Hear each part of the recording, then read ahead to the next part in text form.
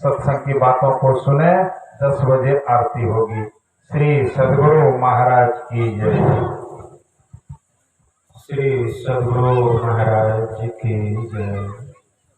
एक बार हम लोग आस्था और विश्वास के साथ बुलंद स्वर में गुरु महाराज का श्री जय घोष करें। श्री सद्गुरु महाराज की जय। श्री सद्गुरु महाराज की जय। श्री सद्गुरु महाराज की जय।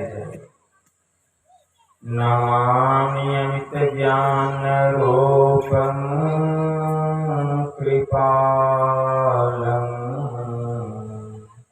अगम बोधदाता सुबुद्धि निधि विशालम् क्षमाशील यति धीर गंभीर ज्ञानम्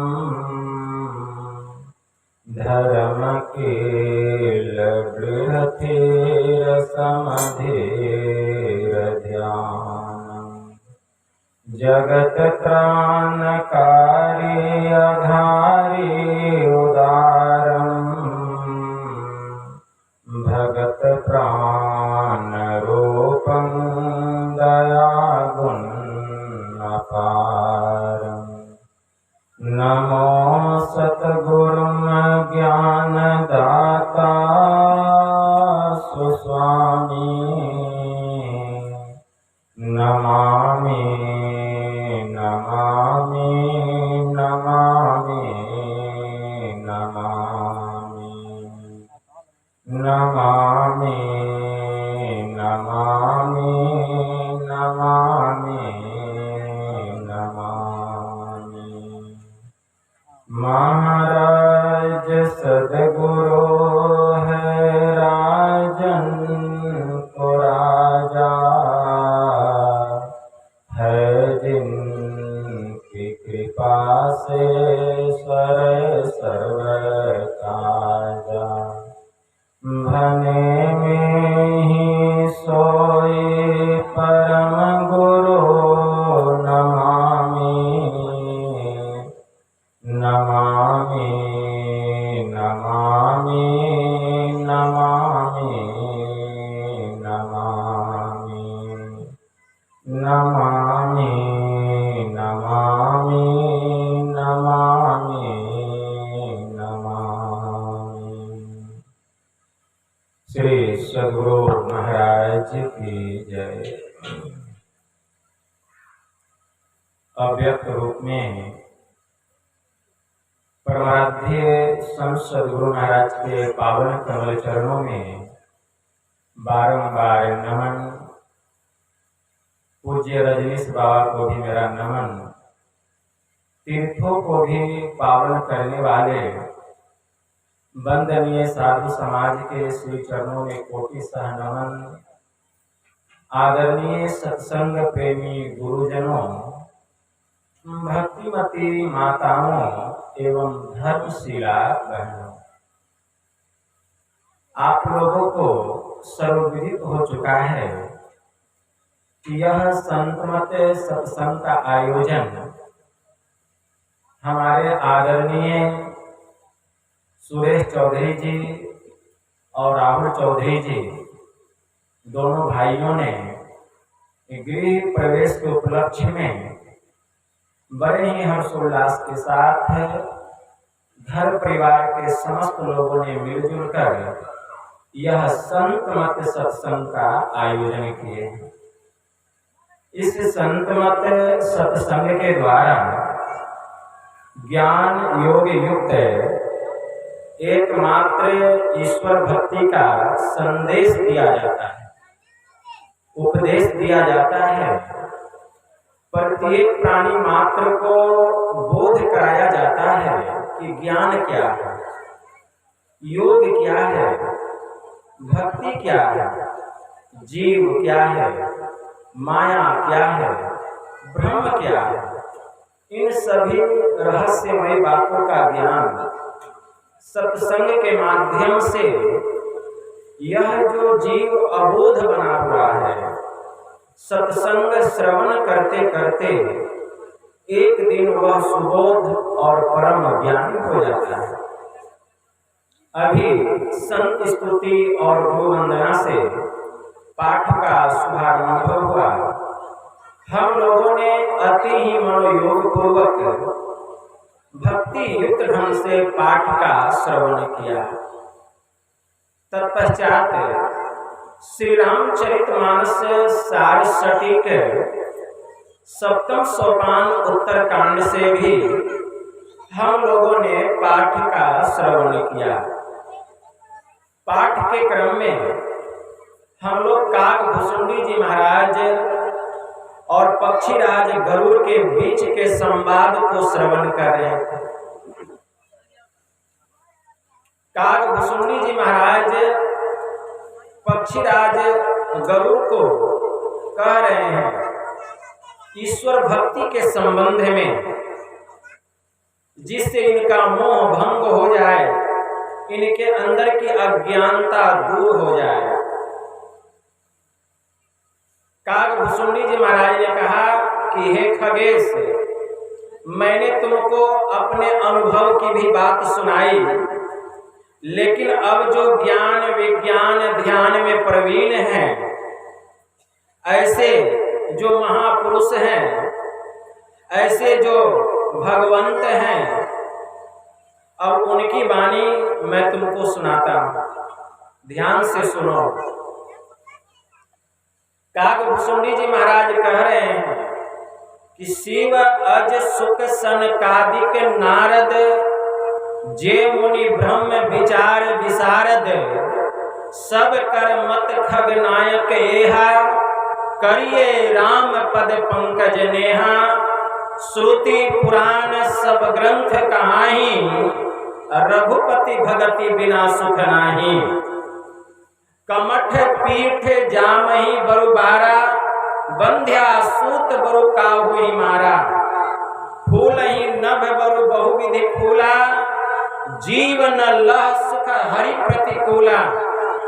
काकभुसुंडी जी महाराज पक्षीराज गरुड़ से कह रहे हैं कि हे खगेश, देवों के देव महादेव भगवान भोलेनाथ, भगवान शिव जी, जो कि योगियों के ईश्वर कहलाते हैं, जिनको योगीश्वर के पद से विभूषित किया गया है, ऐसे भगवान महादेव, सृष्टिकर्ता ब्रह्मा जी,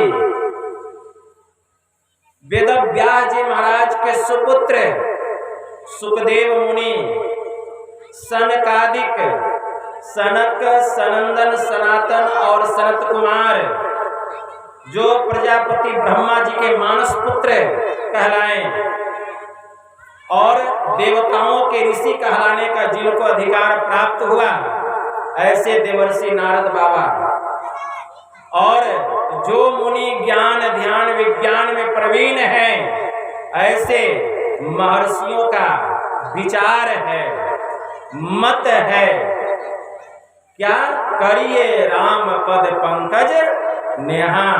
अगर जीव सुख चाहता है, अगर प्राणी सुख चाहता है, तो उसको राम के चरणों में प्रेम करना पड़ेगा, अर्थात ईश्वर की भक्ति करनी पड़ेगी। श्रुति पुराण सब ग्रंथ कहाही, रघुपति भगति बिना सुख नाही। जितने वेद पुराण सदग्रंथ हैं, सब ऐसा कहते हैं कि बिना ईश्वर की भक्ति किए, बिना ईश्वर से प्रेम किए, जीव को स्वप्न में भी सुख मिलने वाला नहीं। चाहे असंभव काम इस कलिकाल में संभव हो जाए, यह मैं मान सकता हूँ, लेकिन बिना ईश्वर की भक्ति किए किसी प्राणी मात्र को सुख मिल गया, यह मैं मानने वाला नहीं। असंभव काम अर्थात जो नहीं होने योग्य है, वह काम संभव हो जाए, यह मैं मान सकता हूँ। नहीं होने योग्य काम, कमठ पीठ जामहि बरुबारा, चाहे कछुए के पीठ पर बाल जम जाए, यह मैं मान सकता हूँ। कभी आपने देखा है कि कछुए के पीठ पर बाल उग गया? यह किसी भी काल में होने वाला नहीं है, यह असंभव काम है। लेकिन यह असंभव काम किसी काल में संभव हो जाए, हे खगेश, मैं यह मान सकता हूं। चाहे बांझ का बेटा सिंह के बच्चे को मार डाले, जो माई बांझ है उसको बेटा ही नहीं है तो सिंह के बच्चे को कहां से मारे? लेकिन यह असंभव कार्य भी किसी काल में संभव हो जाए, यह मैं मान सकता हूं। इतना ही नहीं, फूल ही नभ बरु बहुविधि फूला, जीवन लह सुख हरि प्रतिकूला। चाहे आकाश में रंग बिरंग का रजनीगंधा, जूही, चंपा, चमेली, बेली का रंग बिरंग का फूल खिल जाए, यह मैं मान सकता हूं। लेकिन परमात्मा से प्रतिकूल होकर के बिना ईश्वर की भक्ति किए किसी प्राणी को सुख मिल गया, यह मैं मानने वाला नहीं। तृषा जाई, मृग तृष्णा का जल पीने से किसी का प्यास बुझ जाए। तृषा जाई बरु मृग जल पाना, अब बरु जाम ही सस शीस विसाना। चाहे खरहे के माथे पर सींग जम जाए, यह भी मैं मान सकता हूं। चाहे मृग तृष्णा का जल पीने से किसी का प्यास बुझ जाए, यह भी मैं मान सकता हूं। मृग तृष्णा का जल किसको कहा गया? हमारे परमाराध्य ने कहा, मृगवारी सम सब ही प्रपंचन है, विषय सब दुख रूप है, निज सूरत को इनसे हटा प्रभु में लगाना चाहिए। मृगवारी सम सब ही, संसार का जितना विषय है, रूप, रस, गंध, स्पर्श और शब्द, इसी को मृग तृष्णा का जल कहा गया।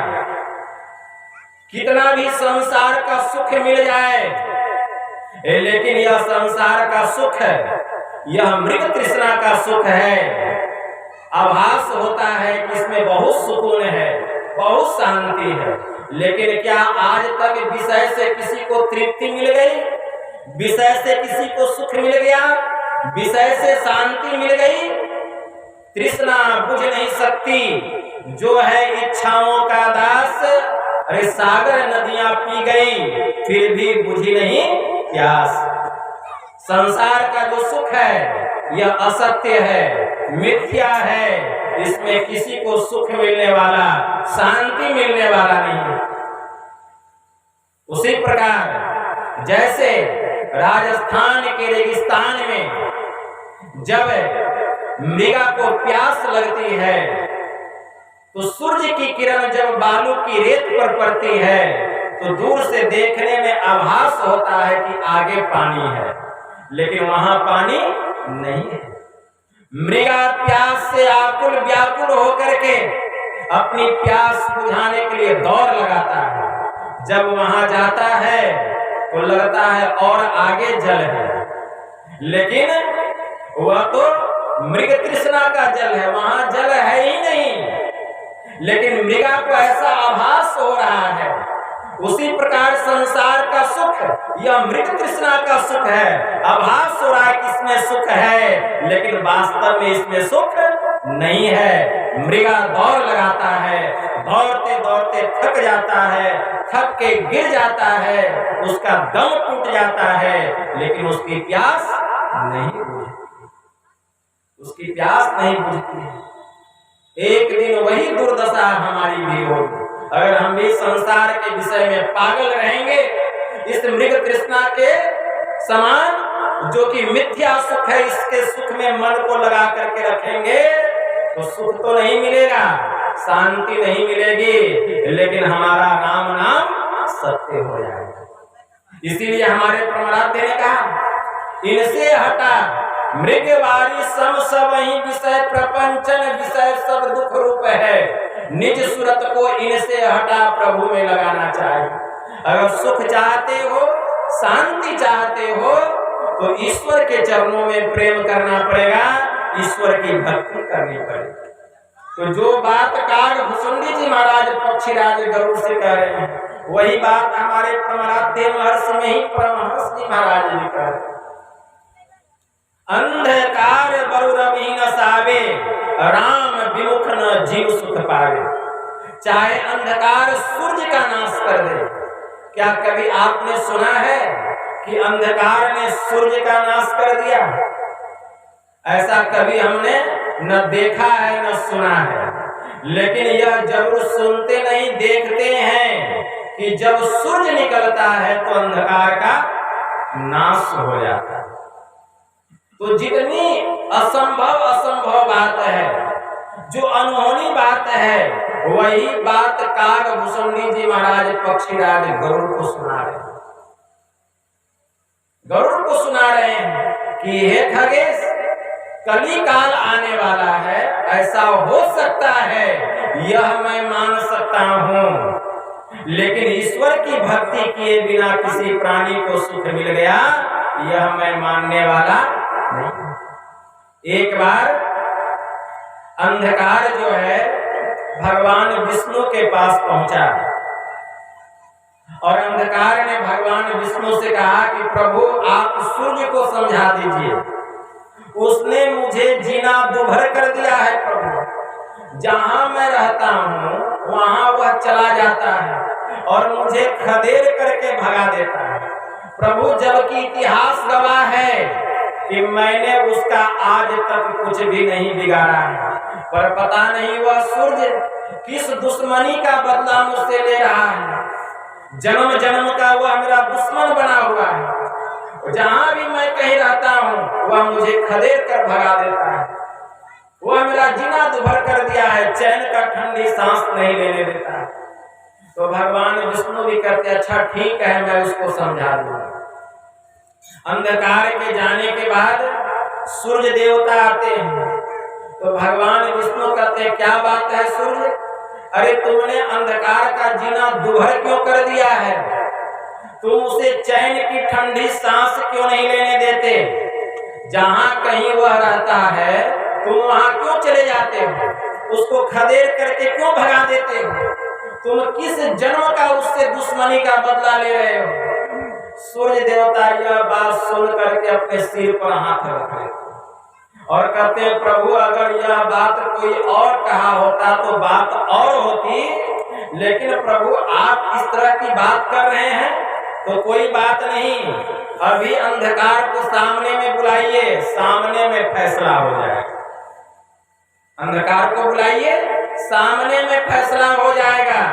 अब विचार कीजिए, सूर्य के समान अंधकार ठहर सकता है? सूर्य के सामने अंधकार आ सकता है? कदापि नहीं। क्यों? अंधकार असत्य है, मिथ्या है, झूठा है, प्रपंच है, वह प्रकाश के पास ठहरने वाला नहीं है। उसी प्रकार यह जो संसार है यह असत्य है, मिथ्या है, झूठा है। जिस दिन ब्रह्म सूर्य का दर्शन हो जाएगा फिर यह आपके पास ठहरने वाला नहीं है। आपका मुंह ब्रह्म की ओर हो जाएगा, आपका पीठ संसार की तरफ हो जाएगा। संत कबीर साहब ने कहा मेरी सूरत सुहागिनी जागरी, क्या तू सोवत मोह नींद में, उठी के भजनिया में लागरी। चित्त से शब्द सुनो श्रवण दे, उठत मधुर धुन रागरी। अब दौ कर जोरी शीस चरणन दे, भक्ति अचल बर मांगरी। कहे कबीर सुनो भाई साधो, अरे जगत पीठ दे भागरी, मेरी सूरत सुहागिनी जागरी। जिस दिन यह सूरत जग जाएगी उस दिन हमारा जो पीठ है वह संसार की ओर और हमारा मुंह ब्रह्म की ओर हो जाएगा। लेकिन जगना पड़ेगा, अभी हम सोए हुए हैं। जगना किसको कहा गया? सोना किसको कहा गया?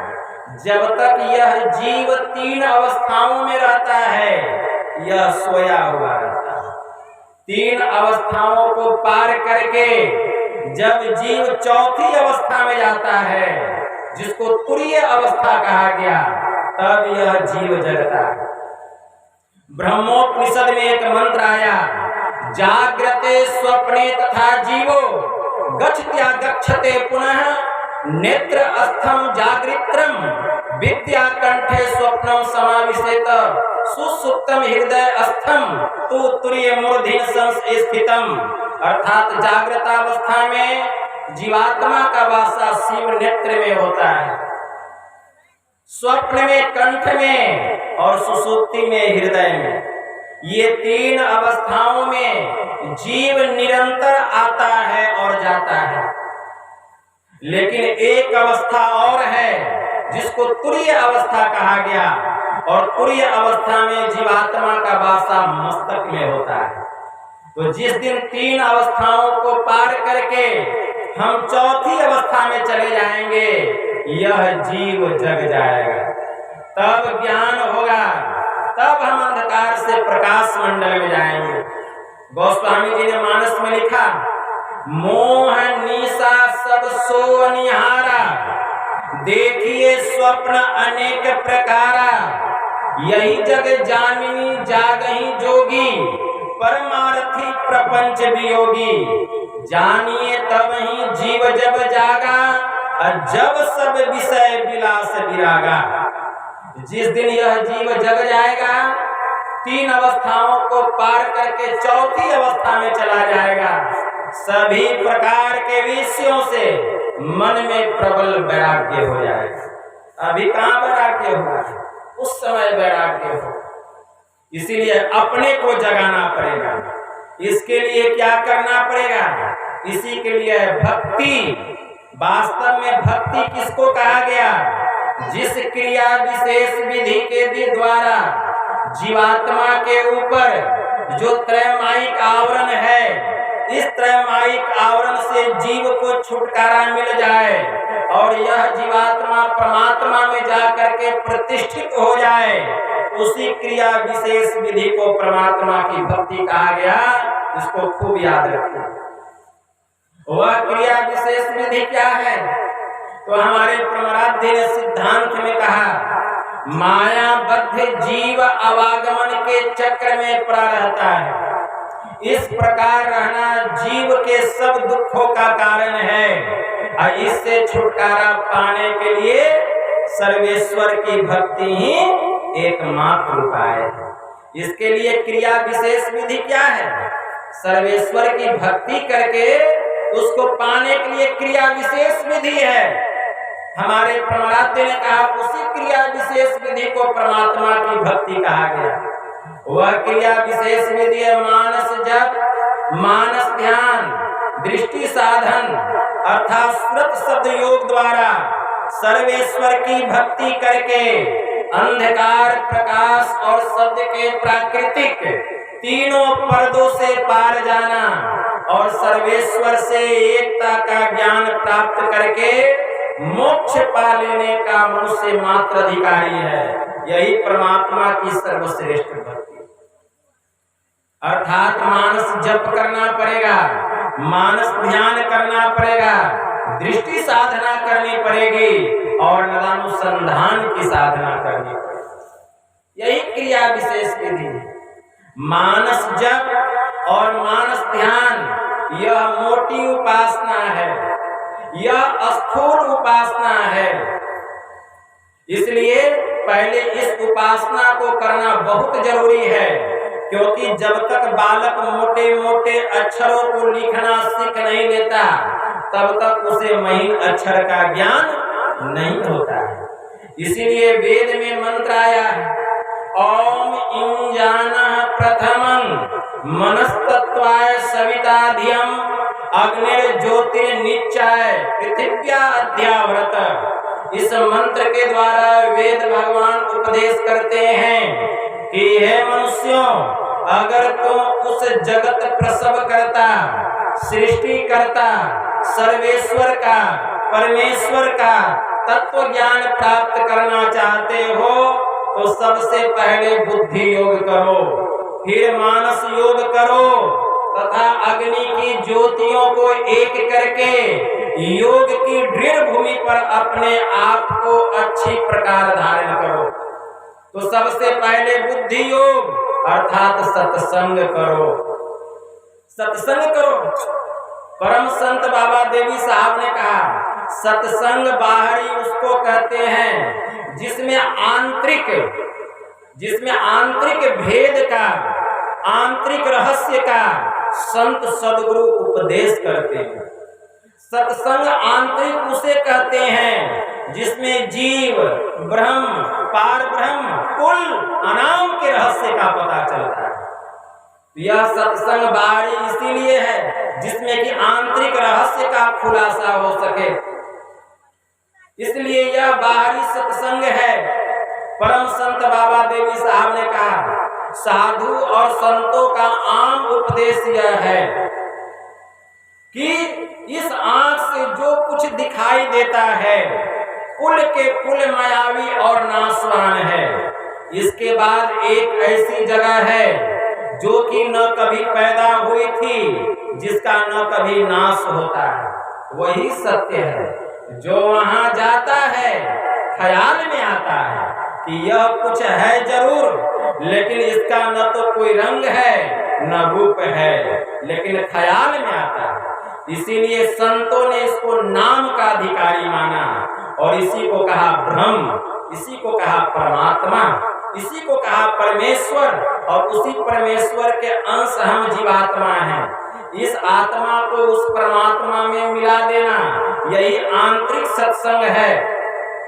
और बाहर में जहां 10-20 लोग या 10-20 हजार लोग या 10-20 लाख लोग इकट्ठा होकर के उसके बारे में चर्चा करते हैं, इसको सत्संग बाहरी कहते हैं। और इसके कायदे और दस्तूर के मुताबिक जो लोग अभ्यास करते हैं वे साधु कहलाते हैं, और जिन्होंने कि अपने को उस लोक में मिला लिया है वे संत कहलाते हैं।